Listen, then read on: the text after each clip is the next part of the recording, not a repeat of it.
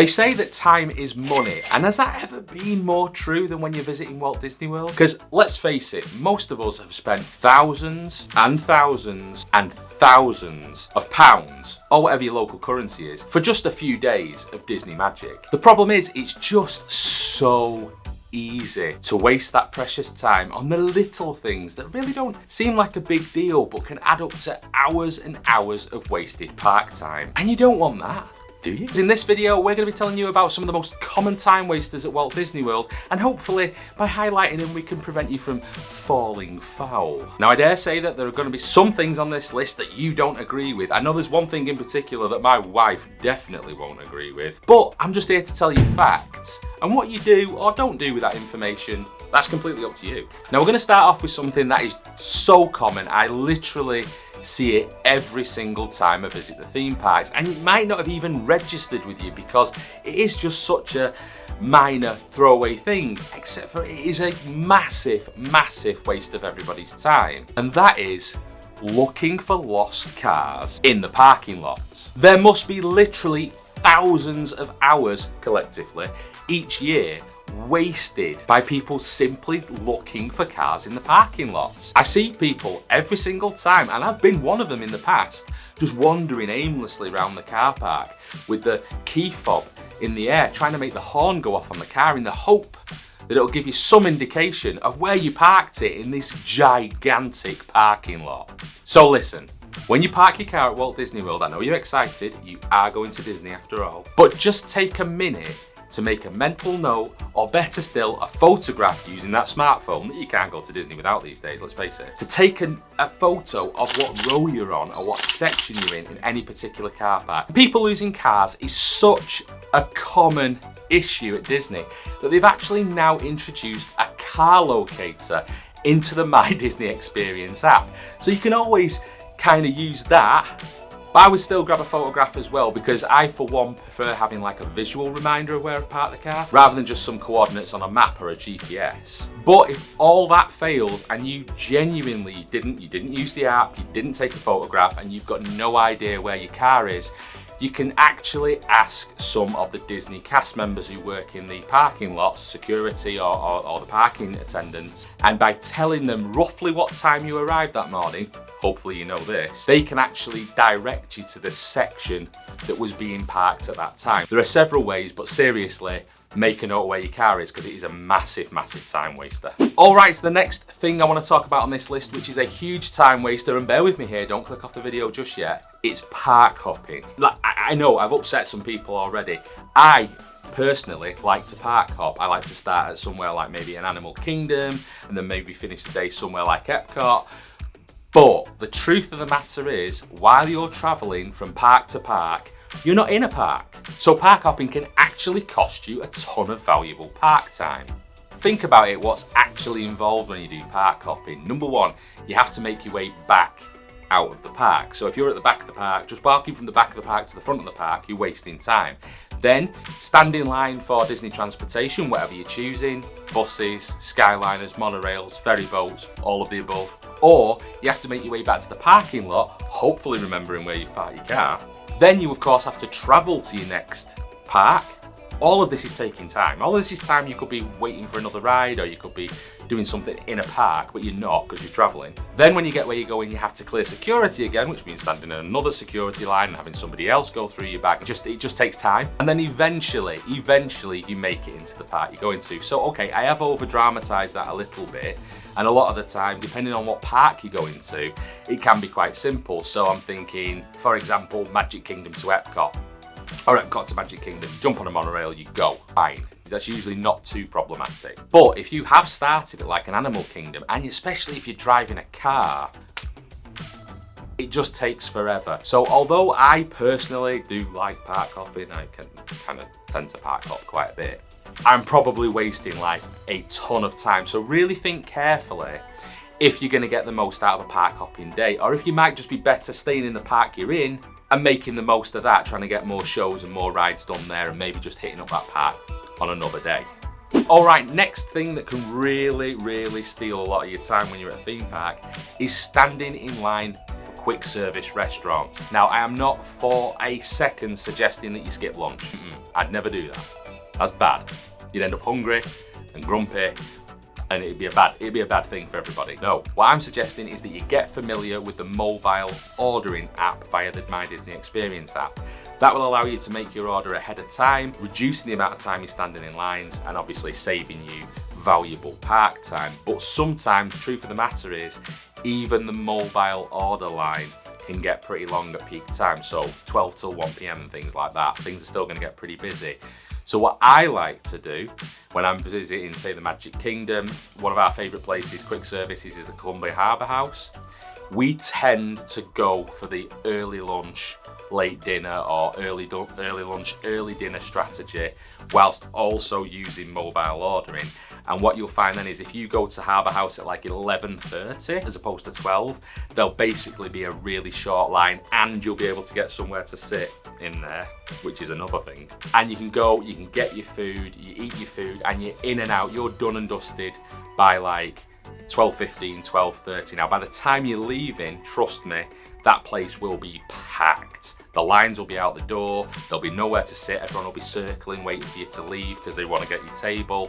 So really, there needs to be a little bit of strategy when it comes to meal times at theme parks, because just going for lunch like 30 minutes earlier than you maybe would have could save you like literally 30 minutes standing in line. So it can be really worth it, but also do get to grips with that mobile order app, because I think Disney are kind of leaning towards that now anyway. And I think in the future, I mean, I don't want to say it yet, but in the future it might all go that way. So I think it's something that we all need to get used to. But yes, do not waste time standing in those long lines for quick service restaurants. So this next one is kind of obvious, but also kind of difficult to avoid, and is try to avoid standing in line for rides that break down, or if you're standing in line and a ride breaks down, what do you do? Now, some rides are more susceptible to breakdowns than others. I'm looking at you, Rise of the Resistance, okay? Yeah, you're a great ride, but you break kind of a lot. So, okay, what do you do if you do get in a line and you get the dreaded announcement over the tannoy that there's been a problem? Well, sometimes it's a very standard issue, like maybe somebody who needs some extra assistance getting on and off a ride, and the delay will be extremely short and it's nothing really to worry about. Other times it might be a little bit more serious than that. If you've been stood in line for a few minutes and things don't seem to be moving and there are cast members about, ask them. Just straight up ask them, do you know how long this ride is going to be down for? And then depending on what their response is, that should tell you what you need to be doing next. Whether that's just hunkering down and waiting it out or bailing real quick. For example, if you ask a cast member, hey, do you know how long the ride's gonna be down for? And they just simply move the rope aside and say, you can get out of line if you want to, that is probably an indication that that ride is properly broken.